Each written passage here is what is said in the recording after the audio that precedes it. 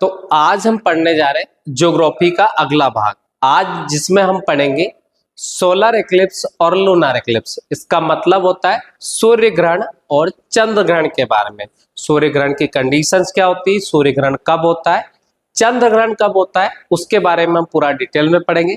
सबसे पहले मैं आपको बताना चाहूंगा कि ग्रहण का मतलब क्या होता है। तो ग्रहण का मतलब होता है खा लेना। अगर हम बात करें कि ग्रहण को क्या समझेंगे हम, तो जब कोई चीज नहीं दिखाई देती इसका मतलब वो ग्रहण हो चुका है। जैसे आपको सूर्य नहीं दिखाई देता है, इसका मतलब सूर्य ग्रहण हो चुका है। अगर आपको चंद्रमा नहीं दिखाई देता है तो इसका मतलब चंद्र ग्रहण हो चुका है। अब ऑब्वियसली है कि आपको सूर्य दिन में ही दिखाई देता है, इसलिए सूर्य दिन में नहीं दिखाई दे तो आपको याद रखना है कि सूर्य ग्रहण हो गया।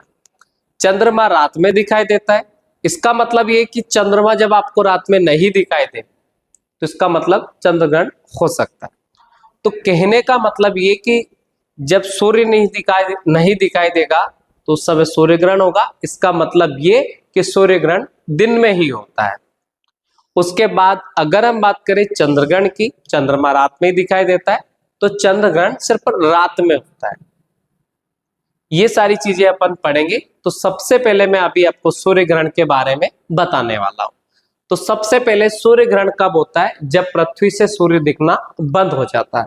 अब सूर्य दिखना बंद क्यों होता है, क्या सूर्य को कोई निगल लेता है, या सूर्य को हमने हिंदू ग्रंथ के हिसाब से हम देखते हैं कि सूर्य को राहु केतु नामक राक्षस होते वो निगल जाते, हमने ऐसा पढ़ा होता है। अगर हम बात करें कि एक्चुअल में सूर्य ग्रहण कब होता है, तो देखो ये हमारी पृथ्वी और ये है आपका चंद्रमा और ये है आपका सूर्य। पृथ्वी और सूर्य के बीच में परिक्रमा करते हुए जब चंद्रमा बीच में आ जाता है तो चंद्रमा के कारण सूर्य की जो रोशनी है वो पृथ्वी पर नहीं आ पाती है, मतलब चंद्रमा की जो परछाई है वो पृथ्वी पर पड़ती है। तो इस वजह से यहाँ पर रहने वाले व्यक्ति को सूर्य नहीं दिखाई देता। जब हमें सूर्य नहीं दिखाई देगा मतलब सूर्य की रोशनी पृथ्वी पर नहीं आ पाएगी, तो उस कंडीशन में हम ये मानेंगे कि ये सूर्य ग्रहण हुआ है। तो आपको पता होना चाहिए कि सूर्य ग्रहण की कंडीशन क्या है। कि सूर्य ग्रहण की कंडीशन है सूर्य और पृथ्वी के बीच में चंद्रमा का आ जाना। जब सूर्य और पृथ्वी के बीच में चंद्रमा आ जाएगा उस घटना को हम सूर्य ग्रहण कहते हैं। अब सूर्य ग्रहण पूर्ण भी हो सकता है और आंशिक भी हो सकता है। पूर्ण का मतलब ये हुआ कि पूरा का पूरा सूर्य नहीं दिखाई दे रहा है तो इसका मतलब पूर्ण सूर्य ग्रहण। थोड़ा बहुत आधा अधूरा दिखाई दे रहा है, इसका मतलब अर्ध या आंशिक सूर्य ग्रहण इसको हम कहते हैं। सूर्य ग्रहण की अगर हम बात करें तो सूर्य ग्रहण दिन में होता है। तो सबसे पहली कंडीशन जो मैंने आपको बताई कि सूर्य ग्रहण दिन में होता है, सूर्य जब नहीं दिखाई देता उस घटना को अपन सूर्य ग्रहण कहते हैं। मतलब सूर्य की रोशनी पृथ्वी पर चंद्रमा के कारण नहीं पहुंच पाती, उस घटना को हम सूर्य ग्रहण कहते हैं। तो इसको हम डीप में पढ़ते हैं। सबसे पहले अगर मैं बात करूं तो इसे हम सोलर एक्लिप्स भी कहते हैं। इंग्लिश में इसे हम सोलर एक्लिप्स कहते हैं। जब कभी दिन के समय सूर्य और पृथ्वी के बीच में चंद्रमा आ जाने से सूर्य की चमकती सतह चंद्रमा के कारण दिखाई नहीं पड़ने लगती है, तो इस स्थिति को हम सूर्य ग्रहण कहते हैं।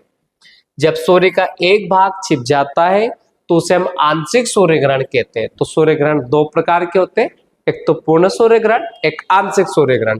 जब पूरा सूर्य कुछ क्षणों के लिए छिप जाता है तो इसे हम पूर्ण सूर्य ग्रहण कहते हैं।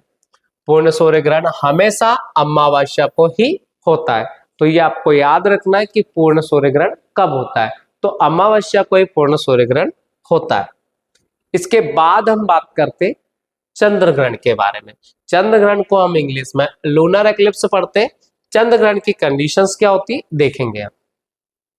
ये आपका सूर्य है, ये आपकी पृथ्वी है और ये चांद की अलग अलग पोजीशंस हैं।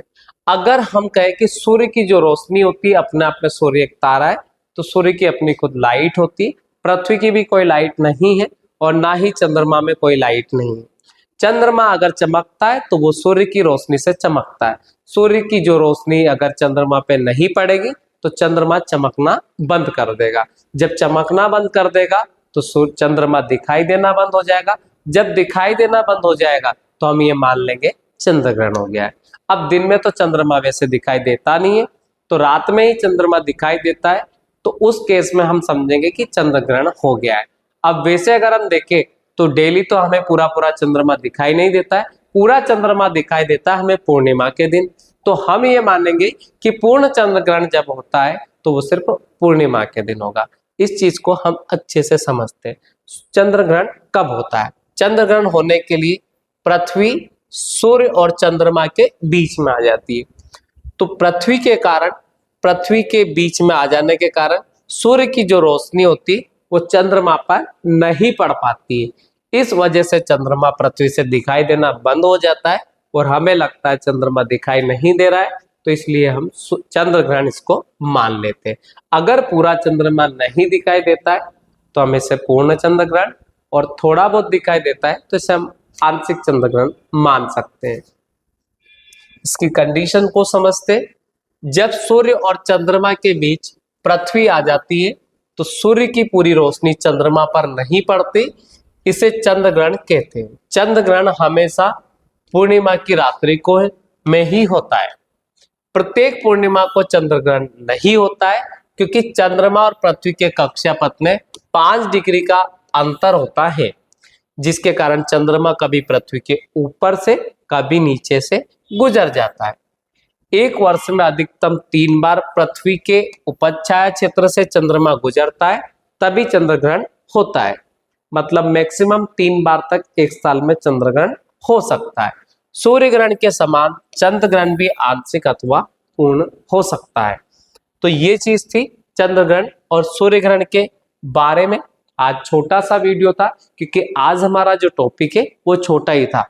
कल वाला जो मैं आपको टॉपिक बताने जाऊंगा वो होगा समय का निर्धारण। समय का निर्धारण बहुत इंपॉर्टेंट चैप्टर है। जैसे अगर मैं बात करूं अभी हम इंडिया में, तो इंडिया में अगर अभी हम देखें तो शाम के 5:30 या 6 बज रहे हैं अभी करंट में जब मैं वीडियो शूट कर रहा हूं। पर हम ये देखेंगे कि अमेरिका में अभी कितना समय हो रहा होगा, या ब्रिटेन में कितना समय हो रहा होगा, जापान में कितना समय हो रहा होगा। तो ये सारा डेटा हम उस अगले वाले वीडियो में समझेंगे, जिसमें मैं आपको पूरे 24 टाइम जोन के बारे में बताऊंगा, पूरे अक्षांश रेखाओं के बारे में बताऊंगा, देशांतर के बारे में बताऊंगा, और 24 टाइम जोन में कहां पर कौन सा कितनी बजे कौन सा समय होता है उसके बारे में हम समझेंगे। तो अगर आपको ये वीडियो अच्छा लगा तो देखें। धन्यवाद।